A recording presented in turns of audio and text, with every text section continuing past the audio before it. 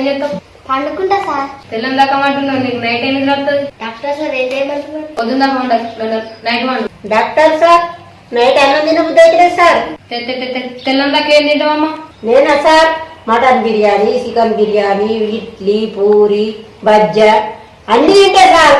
నేను ఇవన్నీ తింటా డాక్టర్ సార్. ఇవన్నీ తిన్నాక ఆకలి ఎదురుగా లేదమ్మా. డాక్టర్ సార్ నాకు మతి మాపేస్తుంది సార్. గట్లెట్లయితుంది బాబు? డాక్టర్ సార్ నైట్ చెప్పులు ఇస్తున్నా సార్. నైట్ ఇచ్చిన చెప్పులు పొద్దులా కనబడతలేవు సార్, జ్ఞాపకం వస్తలేవు. ఎర్రగడ్డ హాస్పిటల్ జాయిన్ చేసుడే. ఎందుకు సార్? ఏమో బాబు నాకు ఇక జ్ఞాపకం వస్తలేదు. అసలు మీరు డాక్టరేనా సార్? డాక్టరే కానీ కుక్క డాక్టర్. గొప్ప దేవుడు తెచ్చిపోయింది బతికిపోయాను.